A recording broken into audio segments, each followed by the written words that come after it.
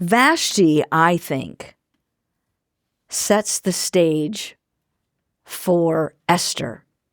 Vashti's no prepares the way for Esther's no, and even Mordecai's no to Haman. So if Vashti risks her life for the sake of her dignity and the dignity of all women, then Esther risks her life for the safety and rescue of her uncle and all the Jews, all of her kin who are vulnerable and at risk throughout the whole empire. Now, Esther is a woman, she's an orphan, and she's a Jew. She lacks security, stability, power, and choice, even as the queen. Okay. Mordecai was her cousin who had kind of become her guardian of sorts. When she was chosen for the king's harem, she had no choice in the matter. She's at risk because she's a woman, she's an orphan, and she's a Jew, a foreigner, an outsider. And for most of the story up to this point, she's kind of quiet. She's not necessarily making her Jewishness known. But when the king calls for the destruction of all Jews, then her own Jewishness, so carefully hidden at court, comes into play. Okay? So Vashti says no because she is saying yes.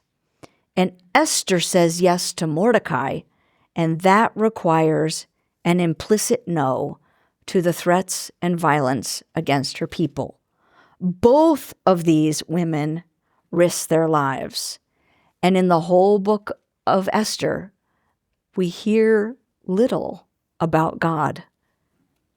We hear little about God. One of the most famous verses from this book of Esther comes from chapter 4. For such a time as this. For such a time as this. It's been put on devotionals. It's become the topic of books. It's put on jewelry and paintings. It's been sung as a hit song. And the phrase seems to point to the fact that in the midst of uncertain times, it can be comforting to know that God calls and equips individuals for such a time as this. And that calling sometimes comes very unbidden, like it did for Esther, not looking for it, okay? Hoping to escape it, sidestep it. And yet she says yes. She says yes, and her yes includes a no. It includes a no. I think these two women, these two queens, inspire me because, among other things, their lives reflect courage and compassion, the capacity to care for and risk their own well-being for the sake of something higher, dignity, self-respect, or perhaps the very liberation of a whole people, the safety of a whole people.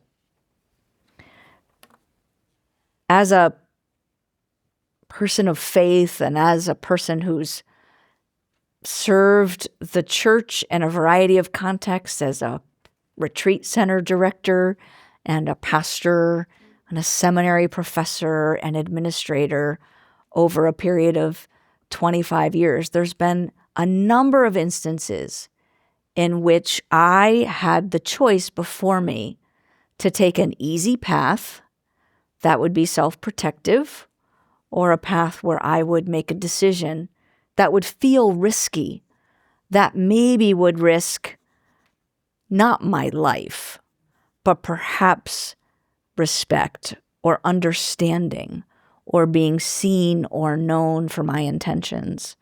And not in every moment, but in my best moments, I could turn to the stories of women like Vashti and Esther and gain strength and courage to do the thing that I believed God in Christ would do in that scenario for the sake of the well-being of either an institution or the people it served. Vashti and Esther.